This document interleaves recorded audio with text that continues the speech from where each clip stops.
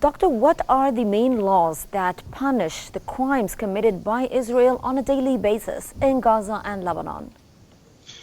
International law restricts the use of force in armed conflict, and it also restricts the actions that any party in war can actually take while they are going for their military objectives. Unfortunately, this is not what Israel has abided by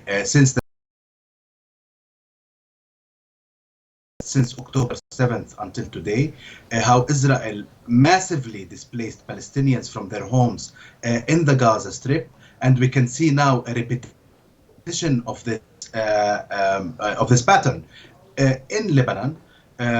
We have seen indiscriminate killing, or in fact, in many cases, the targeting of civilian targets. In the Gaza Strip now, most of the schools have been totally destroyed. Most of the universities have been destroyed. Mosques, churches, cathedrals, historic sites, etc.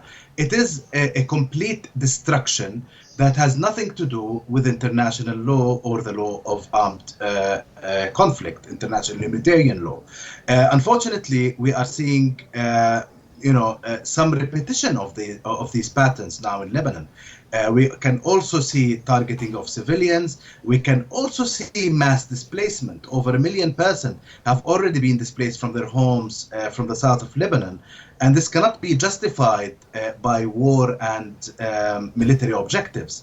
International law certainly only allows parties at war to go for military objectives.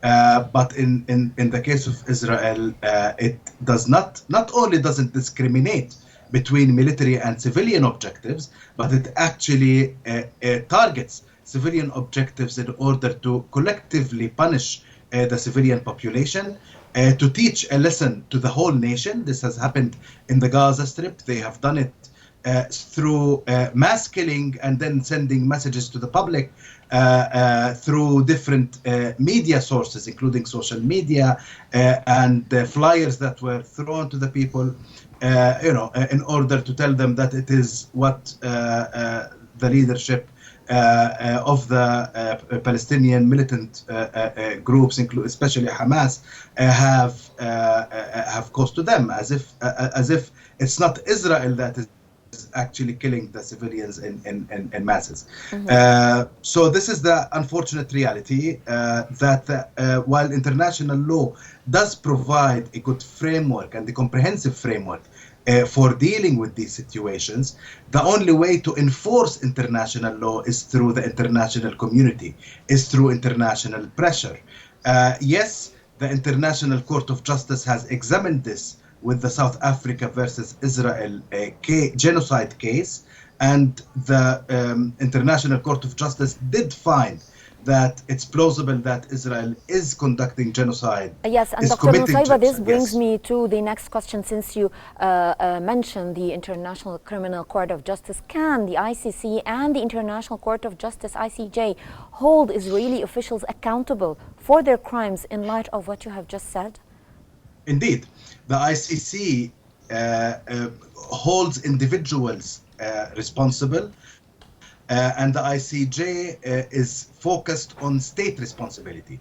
So the International Criminal Court and the prosecutor of the International Criminal Court, Mr. Karim Khan, has already requested from the pre-trial chamber at the court to issue arrest warrants against two high officials in the Israeli government. Benjamin Netanyahu, the prime minister, and Gallant, the defense minister.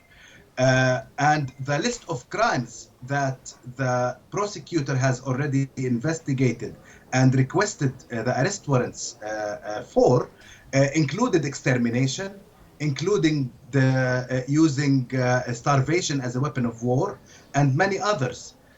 We also know that the prosecutor's office is still investigating a number of other crimes, and I believe that at some point, sooner or later, there will be more arrest warrants, probably to more individuals and more accounts of crimes by the prosecutor. Now we are still waiting, unfortunately, we are still waiting for the approval of the pre-trial chamber. Yes. The pretrial chamber has taken too long in examining this request. It has opened the opportunity during this process for states and organizations to submit amicus curiae, which is basically opinions that are written by experts and by states and by other contributors to the court in order to express their opinion, legal opinion basically, on whether the court should issue or should not issue these arrest warrants.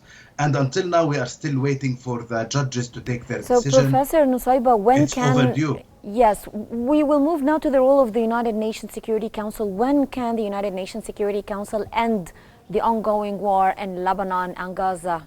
Can it do that? Could it do that? It can do it. It can do it today. But and it could have done it yesterday, and it could have done it a year ago almost. However, the problem is that the Security Council has 5 permanent members. The United States is one of these 5 permanent members, and the United States has used its veto power to undermine international law and to stop any ceasefire attempts. Unfortunately, the United States is complicit in the genocide against the Palestinian people in the Gaza Strip. It is totally supportive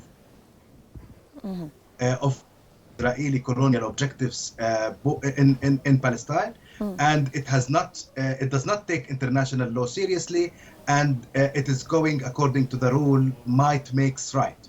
Yes. I am hoping that the rest of the world will say no to that, and it has said no to that in the General Assembly, and I believe that the General Assembly can take a stronger role in the future by imposing more sanctions on the occupying power, Israel, and in order to change this reality. This reality can only change with sufficient pressure by the international community outside the United States, which will not, in the foreseeable future, stop its complicity in the genocide.